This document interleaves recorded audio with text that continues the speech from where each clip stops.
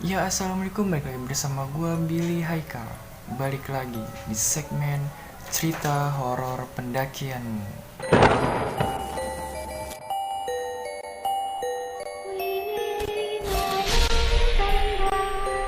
Yang dimana di segmen ini gue akan menceritakan kisah-kisah horor para pendaki yang udah kalian kirim ke email.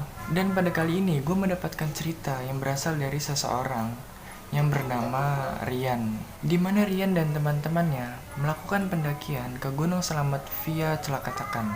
Ketika mereka mendaki ke gunung itu, mereka dibayang-bayangi oleh sosok perempuan yang ketawa melengking. Pengen tahu ceritanya? Ikutin terus. Sebelum kita lanjut, jangan lupa like video ini, dan bagi kalian yang belum subscribe, ayo subscribe dulu ke channel ini agar kalian gak ketinggalan cerita-cerita berikutnya. Udah?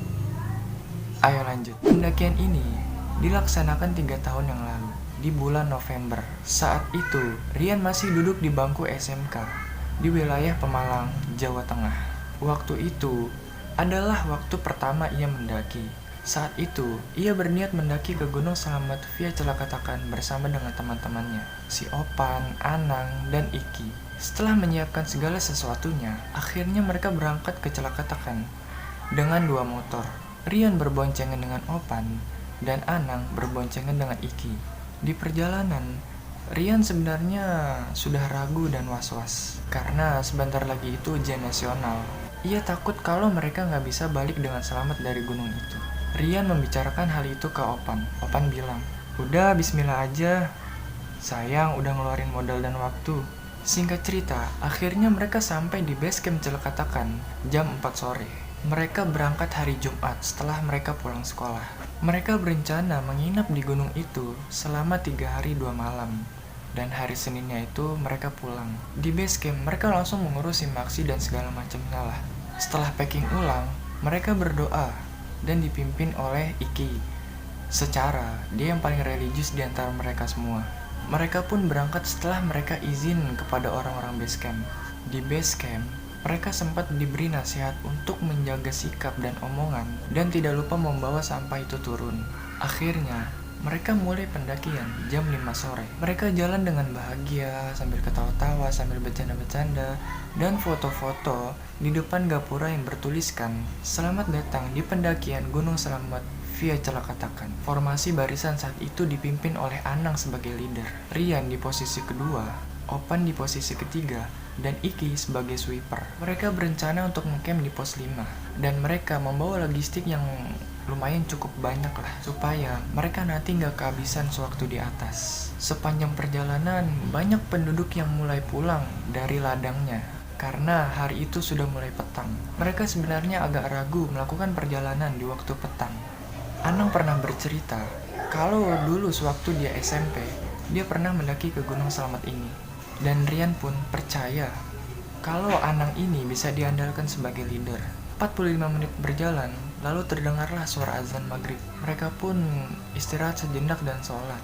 Setelah itu, Rian menyalakan rokok dan sambil tertawa-tawa bersama teman-temannya. Agak samar-samar, ada yang ikut tertawa. Rian dan Iki pun lalu saling tatap-tatapan di situ, karena hanya mereka berdua yang mendengar. Rian bilang, lu pada denger gak? Ada yang ketawa selain kita." Anang bilang, "Kurang-kurangin bercanda, udah mulai gelap nih." Opan bilang, "Paling suara kita yang memantul. Ini kan gunung." Jam setengah 7 mereka melanjutkan perjalanan, dan dalam 1 jam mereka sampai di pos 1. Mereka melihat ada beberapa pendaki di situ. Kira-kira kurang lebih ada 6 orang lagi ngecamp di situ. Anang bertanya ke salah satu dari mereka, "Bang, naik apa turun?" Pendaki itu jawab, "Naik bang, udah gelap loh. Yakin gak mau tidur dulu di sini?" Rian bilang, "Enggak bang, ngejar waktu soalnya, duluan ya." Saat perjalanan menuju ke pos 2, waktu sudah menunjukkan pukul 7:45 malam. Cuaca saat itu mendung dan jalannya itu lumayan curam. Mereka sempat mendengar banyak yang tertawa di belakang. Mereka pikir itu pendaki lain yang ada di belakang mereka, yang jaraknya itu lumayan agak jauh, karena suaranya itu samar-samar. Tiba-tiba, Ana minta semuanya agar nggak ada yang bengong. Anang mau semuanya fokus dan sering-sering ngobrol. Rian bilang, apaan sih lu Nang? Kan dari tadi gue juga ngelawak mulu.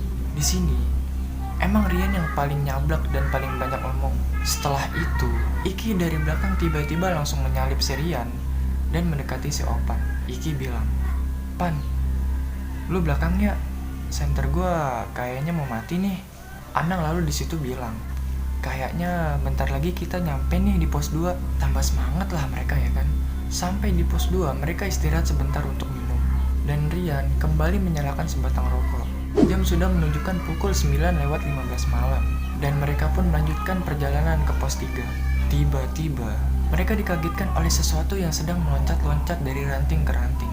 Mereka coba senter sumber suara itu, tapi tidak terlihat apa-apa, kecuali ranting-ranting yang bergoyang akibat diloncat-loncati. Mungkin itu monyet.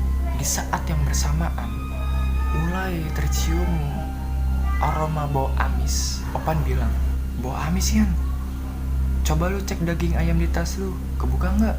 Rian pun mengecek daging ayam yang ada di tasnya, dan ternyata masih terbungkus rapi oleh plastik.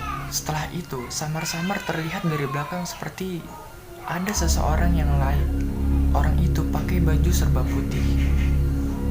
Dan si Rian pun mencoba untuk memanggilnya.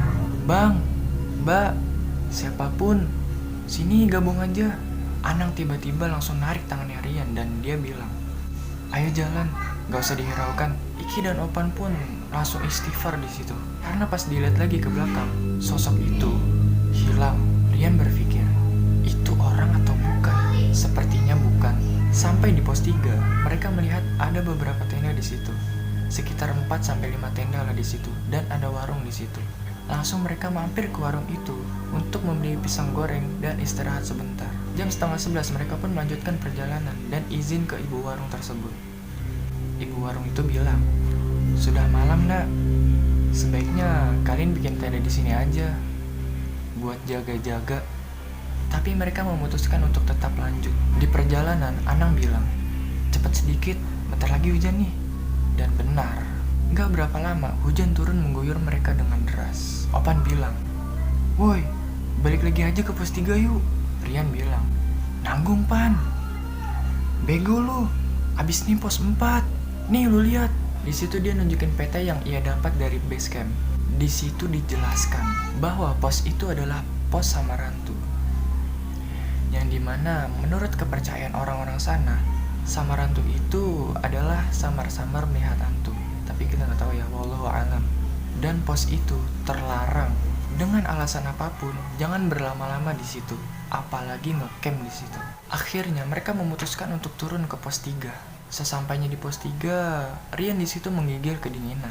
Dia hanya bisa melihat teman-temannya membangun tenda, dan sedangkan dia menggigil kedinginan. Mereka membangun tenda di sebelah ujung barat, dan samping mereka itu adalah jurang. Setelah tenda berdiri, masak-masaklah mereka di depan tenda. Setelah selesai masak, Rian teriak-teriak ke tenda lain untuk menawarkan makanan. Lalu si Anang menatap Rian dengan tajam, dan dia bilang, ini di gunung Yan, kita tamu. Mungkin di situ Anang gak tenang di situ, karena Rian yang teriak-teriak. Iki pun menyuruh mereka untuk segera tidur, selesai makan. Dan dia menanyakan besok mau muncak jam berapa. Anang bilang, jam 6 aja kali ya. Rian langsung menolak usulan itu. Dia mengusulkan untuk muncak jam 4 saja, agar mereka bisa melihat sunrise atau matahari terbit. Dan mereka semua pun setuju. Jam menunjukkan pukul 12 malam dan mereka semua pun tertidur. Namun, tiba-tiba, di sela-sela tidur mereka kembali mencium aroma amis yang sangat menusuk. Rian dan Anang terbangun, dan Anang bilang, gak usah diperhatiin Yan, tidur aja.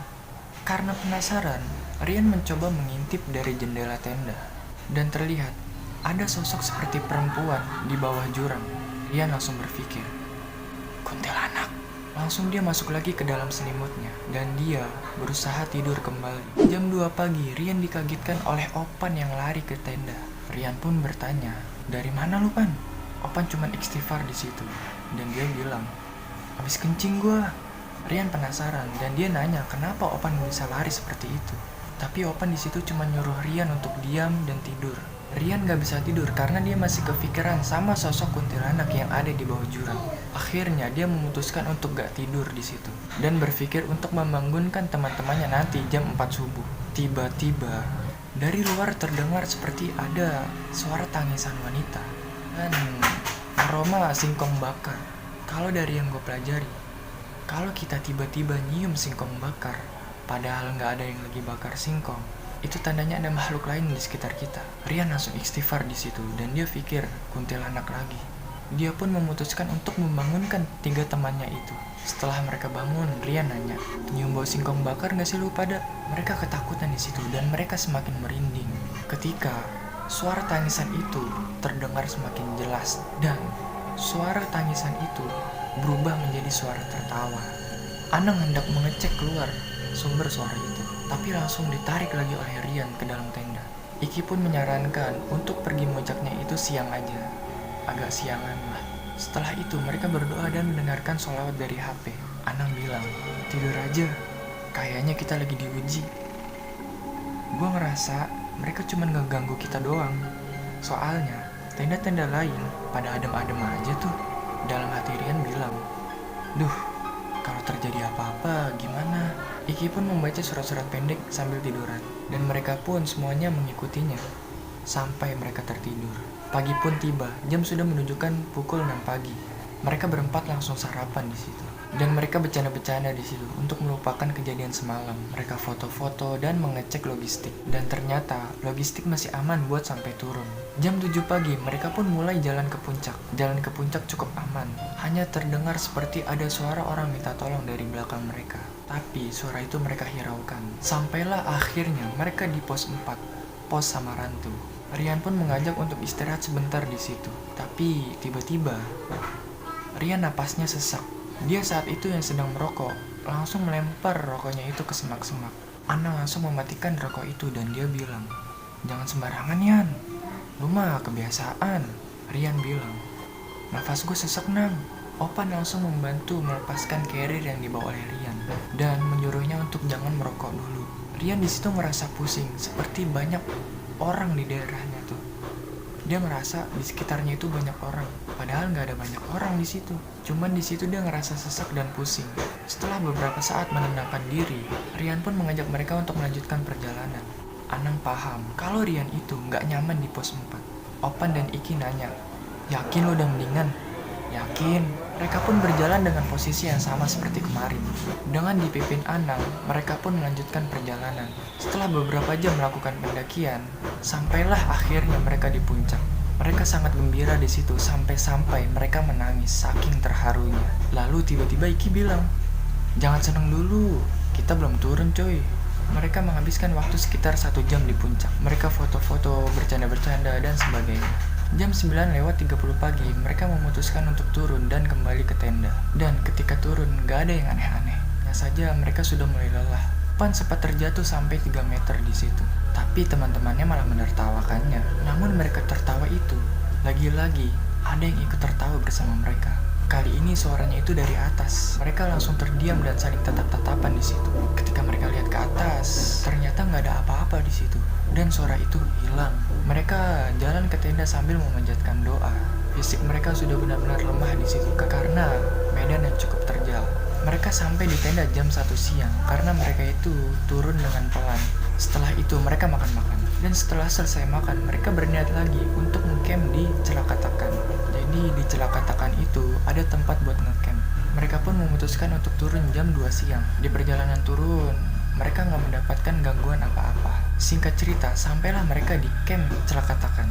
Mereka langsung mendirikan tenda dan istirahat karena tenaga mereka sudah terkuras. Mereka menyalakan api unggun di situ. Mereka merasa aman di situ karena menurut mereka sudah dekat dengan pemukiman penduduk. Padahal aslinya masih jauh. Mereka di situ nyanyi-nyanyi sambil masak sisa-sisa logistik. Setelah mereka makan, tiba-tiba ada yang melempar kayu ke samping tenda mereka. Sontak, mereka kaget di situ. Rian spontan bilang, "Woi, jangan bercanda." Dia kira itu pendaki lain yang lagi naik. Anang bilang, "Kayaknya kita salah di nginep di sini." Opan bilang, "Apa kita balik aja ya?" Rian yang kesal di situ, dia bilang, "Udah, kita kan gak ganggu. Kita cuma mau refreshing aja." Udah, berdoa aja, yang penting kita nggak ganggu. Obrolan pun dilanjutkan. Mereka sebenarnya takut, tapi mereka berusaha untuk menyembunyikan ketakutan mereka. Sampai jam 10 malam mereka ngobrol. Dan peristiwa itu terulang kembali. Mulai tercium lagi bau amis yang sangat menusuk. Dan terdengar suara tertawa yang keras. Terdengar jelas. Mereka terus berdoa sambil pegangan satu sama lain. Dan mata mereka mencari dari mana sumber suara itu. Tiba-tiba suara itu malah makin lirih dan pohon itu bergoyang-goyang seperti ada yang bergelantung, tapi nggak tahu apa. Rian pun langsung masuk ke dalam tenda dan diikuti oleh ketiga temannya. Suara itu terus terdengar lirih dan suara itu terdengar dari atas pepohonan. Mereka mencoba mengintip keluar dan ternyata sosok kuntilanak dengan wajah yang tidak beraturan sedang melihat ke arah mereka. Sontak mereka berpelukan, mereka teriak dan mereka berdoa. Mereka membaca surat-surat pendek yang mereka bisa, dan Iki membaca ayat kursi, dan makhluk itu hilang. Akhirnya mereka menutup diri dengan selimut dan berusaha untuk tidur. Rian menyarankan untuk pergi dari tempat itu sekarang juga, tapi Iki dan Anang menolaknya karena jauh lebih berbahaya jika mereka berjalan tengah malam. Rian meminta kepada teman-temannya untuk nggak ada yang tidur.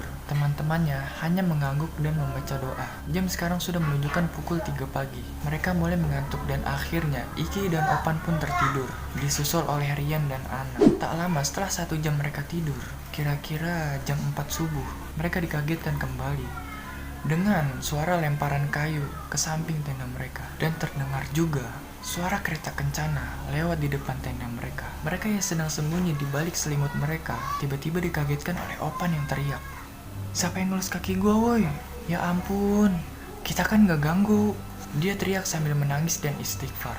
Mendekati azan subuh, mereka mendengar seperti ada anak kecil yang lari-lari di sekeliling tenda mereka. Akhirnya Anang bilang, "Ayo, kayaknya mereka pengen kita temuin." Anang di situ ngomong sambil nangis karena dia saking takutnya di situ. Namun ia berusaha memberanikan dirinya. Lalu mereka pun mengintip keluar tenda dan yang mereka lihat adalah anak kecil tersebut berlari menjauhi tenda. Mana ada anak kecil main di hutan sendirian. Mereka ketakutan di situ sampai mereka tertidur. Pagi pun tiba. Jam sudah menunjukkan pukul 7 pagi. Anang membangunkan Iki dan Rian. Terus dia nanya, "Kalian lihat Opan nggak?" Pas gue bangun, dia nggak ada soalnya. Mereka panik dan langsung berpikiran yang aneh-aneh. Mereka pun mencari Opan sambil memanggil-manggil nama si Opan. Lalu tiba-tiba Opan berlari ke arah tenda sambil menangis dan langsung meluk Anang dan meminta Anang untuk pergi dari tempat itu sekarang juga. Singkat cerita, mereka langsung pergi dari tempat itu. Mereka berjalan ke base camp dengan sangat cepat. Sampai-sampai mereka itu berjatuh-jatuh sampai berkali-kali. Selama perjalanan itu mereka gak mau lama-lama istirahat. Pokoknya hari itu harus sampai base camp. Akhirnya jam 8:15 sampailah mereka di base camp. Mereka istirahat dan ngobrol-ngobrol sama orang base camp, seolah-olah tidak terjadi apa-apa. Setelah itu mereka langsung pulang ke rumah Anang karena hari itu masih hari Minggu dan mereka sepakat untuk nginep dulu di rumah Anang. Barulah mereka di situ cerita-cerita tentang apa yang mereka lihat. Opan cerita, inget kan yang jam 2 malam Opan lari-lari ke tenda habis kencing? Jadi dia itu mau kencing. Nah karena dia gak enak ngebangunin temennya, makanya dia memutuskan untuk pergi sendiri kencingnya. Dia pun keluar tenda dan dia kencing di bawah pohon besar.